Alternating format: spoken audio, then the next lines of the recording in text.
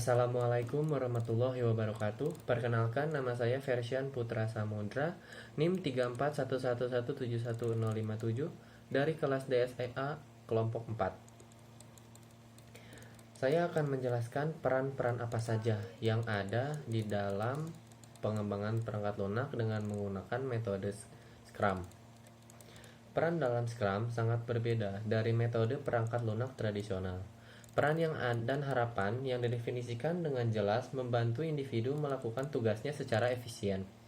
Di dalam Scrum ada 3 peran utama, yaitu Product Owner, Development Team, dan Scrum Master. Bersama-sama ini dikenal dengan Scrum Team. 3 peran Scrum menggambarkan tanggung jawab utama bagi mereka yang ada di dalam tim Scrum. Itu bukan jabatan pekerjaan. Ini berarti bahwa jabatan apapun, bahkan jabatan yang Anda sekarang ada, dapat melakukan salah satu peran Scrum. Karena esensi Scrum adalah empirisme, pengorganisasian diri, dan perbaikan terus-menerus. Ketiga peran ini memberi definisi minimum tentang tanggung jawab dan akuntabilitas untuk memungkinkan tim menyampaikan pekerjaan secara efektif. Ini memungkinkan tim untuk bertanggung jawab atas bagaimana mereka mengatur dan untuk terus meningkatkan diri. Lalu pertama kita akan membahas mengenai Scrum Master. Scrum Master membantu produk group belajar dan menerapkan Scrum untuk mencapai nilai bisnis. Scrum Master melakukan apa saja yang ada dalam kekuasaan mereka untuk membantu development team, product owner, dan organisasi menjadi sukses. Scrum Master bukan manajer anggota tim, mereka juga bukan project manager, pemimpin tim, atau perwakilan tim lainnya.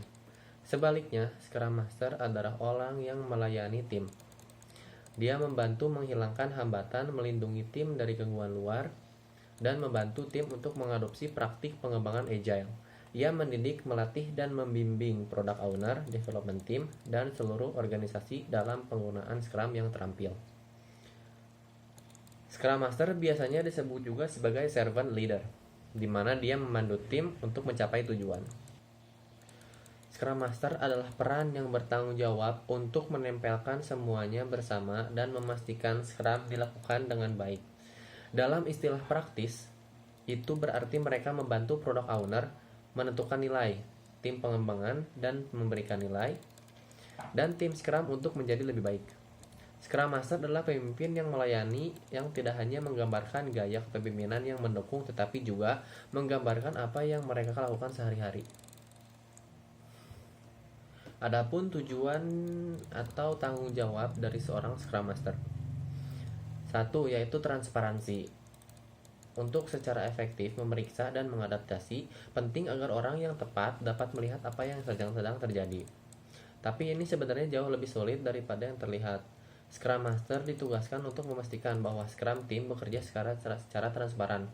Contohnya termasuk membuat peta cerita dan memperbarui halaman pertemuan dengan ide-ide retrospektif.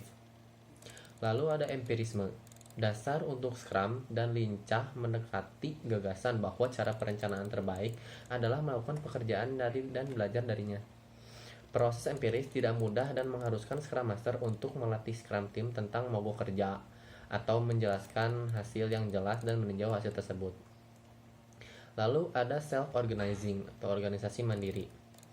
Memberitahu development team yang dapat mereka atur sendiri tidak berarti bahwa tim akan mengatur diri sendiri. Bahkan organisasi mandiri datang sendiri waktu dan membutuhkan bantuan dan dukungan. Scrum Master akan mendorong anggota tim yang lain untuk melangkah keluar dari zona nyaman mereka dan mencoba berbagai hal baru dan menggunakan praktik seperti poker delegation untuk mengekspos dan menentang ide-ide yang telah ditentukan tentang batasan peran dan tanggung jawab masing-masing. Lalu ada value atau nilai. Scrum mendefinisikan 5 nilai keberanian, fokus, komitmen, rasa hormat, dan keterbukaan. Bukan karena mereka baik untuk dimiliki, tetapi karena mereka menciptakan lingkungan, keselamatan, dan kepercayaan saja secara fisiologis. Lingkungan ini diperlukan agar kelincahan berkembang. Mengikuti nilai-nilai adalah tanggung jawab semua orang dalam Scrum Team. Tetapi Scrum Master mengambil peran aktif dalam mendorong dan meningkatkan semua orang tentang pentingnya nilai ini. Lalu, apakah kita membutuhkan Scrum Master itu sendiri? Setiap pelatih Scrum akan mengajarkan bahwa Scrum Team harus memiliki Scrum Master. Tanpa itu, Anda melakukan sesuatu yang tidak Scrum sejatinya. Sering disebut juga sebagai Scrum Bot.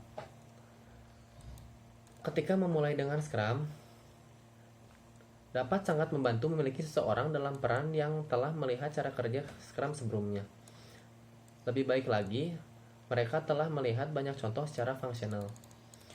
Untuk alasan ini, Scrum Master sering dipekerjakan sebagai konsultan, bukan sebagai karyawan penuh waktu atau full time. Tetapi setiap Scrum Team berbeda. Banyak tim berpengalaman menangani tanggung jawab yang tercantum di atas sebagai satu unit dan merasa bangga dan senang dalam pengelolaan proses yang bersama-sama.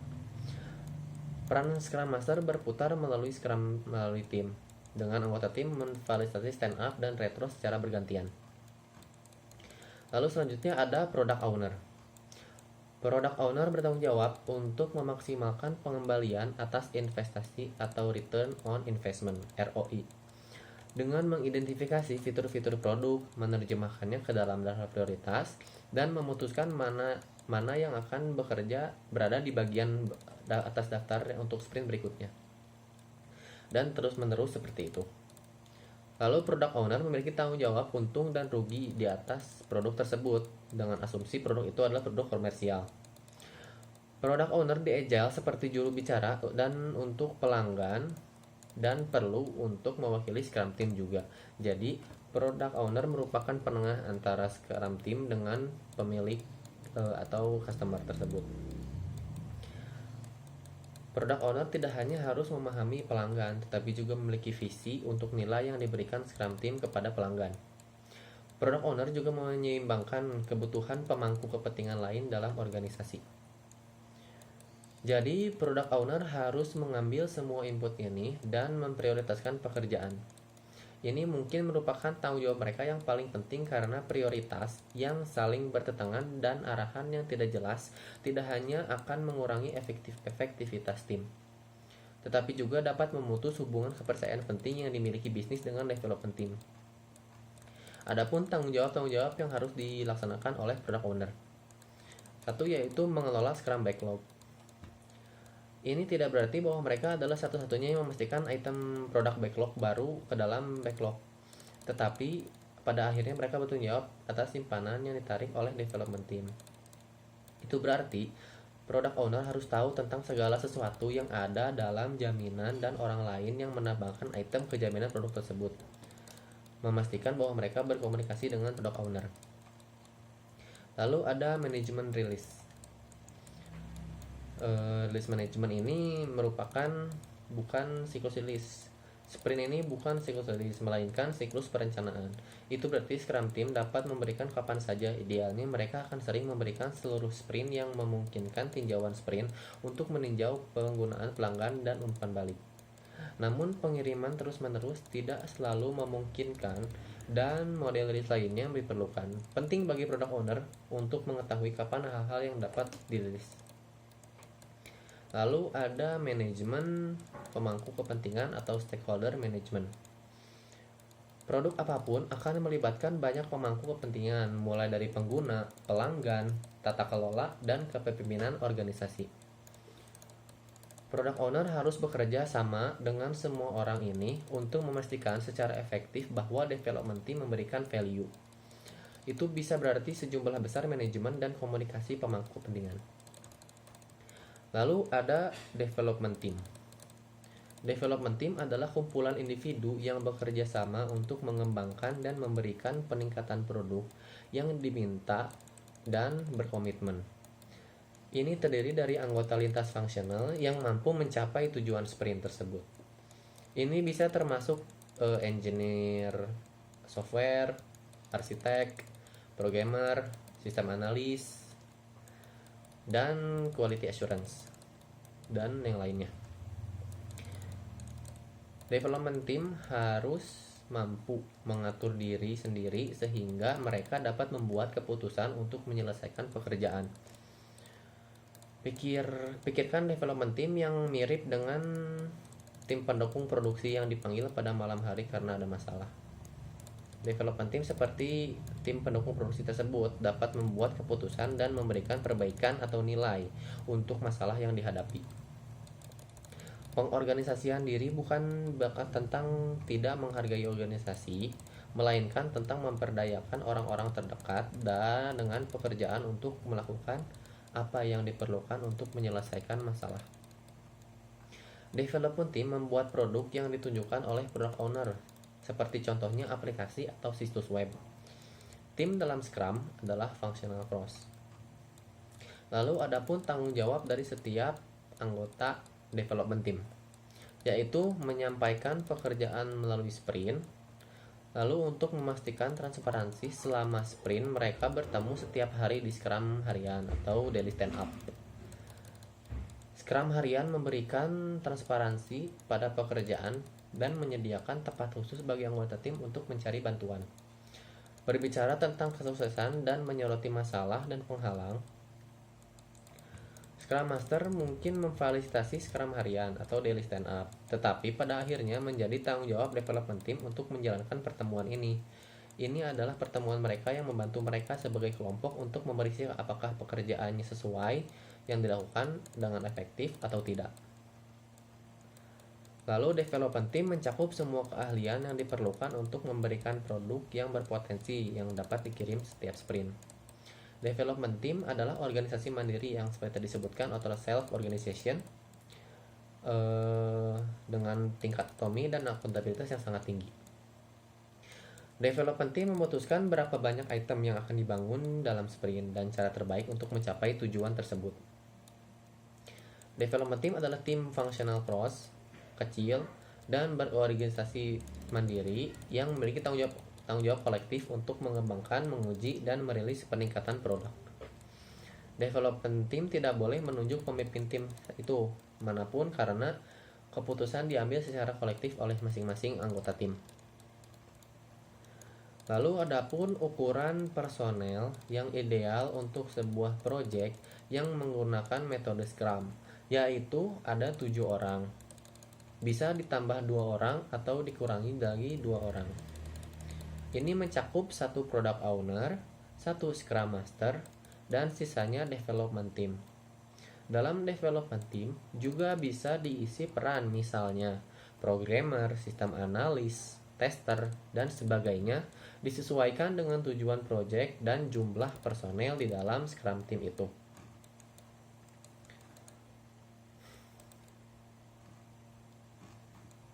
Lalu adapun artefak-artefak yang dipakai oleh masing-masing peran. Seperti yang tadi disebutkan sebelumnya, ada satu yaitu product backlog. Seperti sebelumnya dibahas, product backlog dipegang oleh product owner selama kegiatan Scrum dilakukan sebagai patokan kemajuan apa saja yang akan dibuat dan semua produk yang akan dibuat sampai akhir sprint. Lalu selanjutnya sprint backlog. Mirip seperti produk backlog, namun artefak ini memberikan spesifikasi produk apa saja yang dibuat dalam satu sprint dan produk apa saja yang akan dibangun pada sprint selanjutnya. Lalu ada sprint review. Artefak ini memberi laporan apa saja yang dihasilkan dan apa saja yang dilakukan selama sprint sebelumnya berlangsung. 3 peran Scrum cukup sederhana dalam menggambarkan 3 area tanggung jawab utama pada tim Scrum manapun. Tetapi sering sekali sulit untuk memetakannya kejabatan pekerjaan yang ada. Karena salah satu perbedaan metode Scrum adalah delivery setiap sprint kepada customer dan menerima perubahan yang cepat, Scrum team harus bisa bekerja sama selama kegiatan Scrum dan saling mendukung. Maka dari itu, seperti dibahas pada pembahasan sebelumnya, bagaimana pentingnya transparansi dan kepercayaan antar anggota tim. Maka dari itu, pentingnya peran Scrum Master adalah untuk menyingkirkan semua kemungkinan yang mungkin mengganggu pekerjaan seluruh tim. Biasanya masalah dapat diklasifikasikan dalam 3 kategori berbeda. Yang pertama adalah masalah yang tidak bisa diselesaikan tim, Misalnya, tidak dapat melakukan tes kinerja apapun karena perangkat kerasnya tidak ada. Departemen IT tidak menyediakan pelacak bug atau perangkat lunak yang dipesan masih belum mencapai tim. Hambatan lain bisa jadi bahwa manajer pemasaran atau penjualan ada lagi menuntut agar fitur lain terintegrasi cepat.